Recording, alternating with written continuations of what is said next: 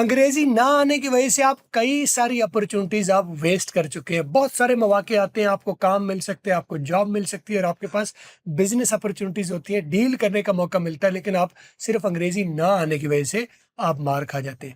آج کے دور میں جو کہ انٹرنیٹ کا دور ہے, کمیونیکیشن پھیل گئی ہے, تو آپ کو ریڈنگ سے زیادہ سپیکنگ کی بہت زیادہ ضرورت پڑتی ہے, اور سپیکنگ اسکول, کالج, یونیورسٹی سے کنونشنل طریقے سے نہیں سیکھی جا سکتی.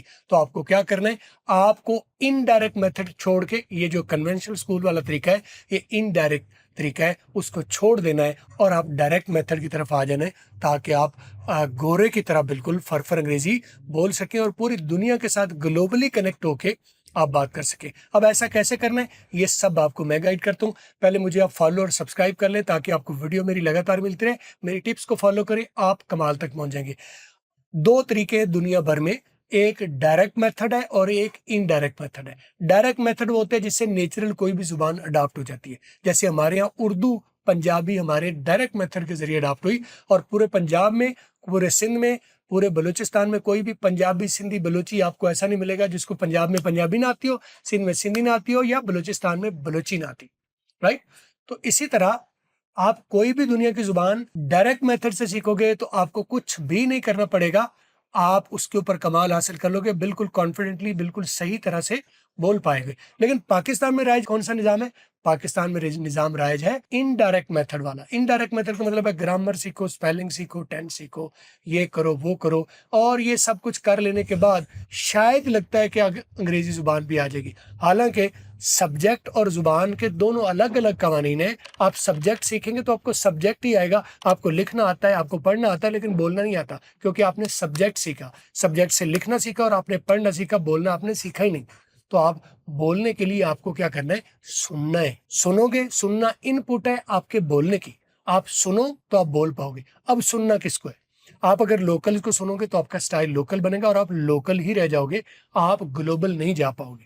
تو آپ کو گلوبل جانا ہے تو پھر آپ کو گلوبل گورے کو سننا ہے. گورے کو کہاں سے سننا ہے؟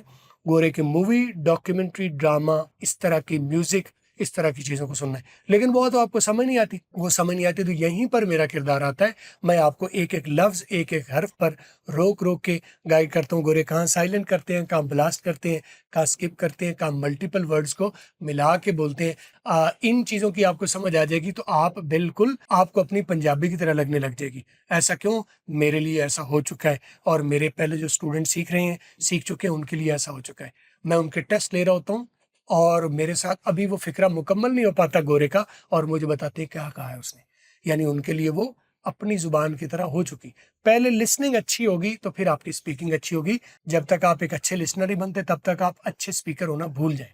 رائٹ. تو آپ آئیے, میں آپ کو سکھاتا ہوں انگریزی سننا کیسے ہے, سن سن کے آپ انگریزی ڈیولپ کیسے کریں گے. تو آپ اس کے لیے کیا کریں گے, www.theskillsets.com ویب سائٹ پر آ جائیے, اور میں نے فر انگلش کورس ویب سائٹ پر ڈال دیا. آپ اس کورس کو لے کے ترتیب سے سٹارٹ کیجئے, ترتیب سے سیکھیے.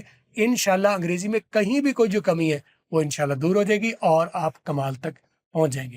میرے ساتھ واٹس ایپ پر رابطہ کر سکتے ہیں 0302692426 پر, اور ویڈیو کو لائک اور شیئر ضرور کر دیں تاکہ آپ کو ریکمنڈیشنز ملتی رہیں.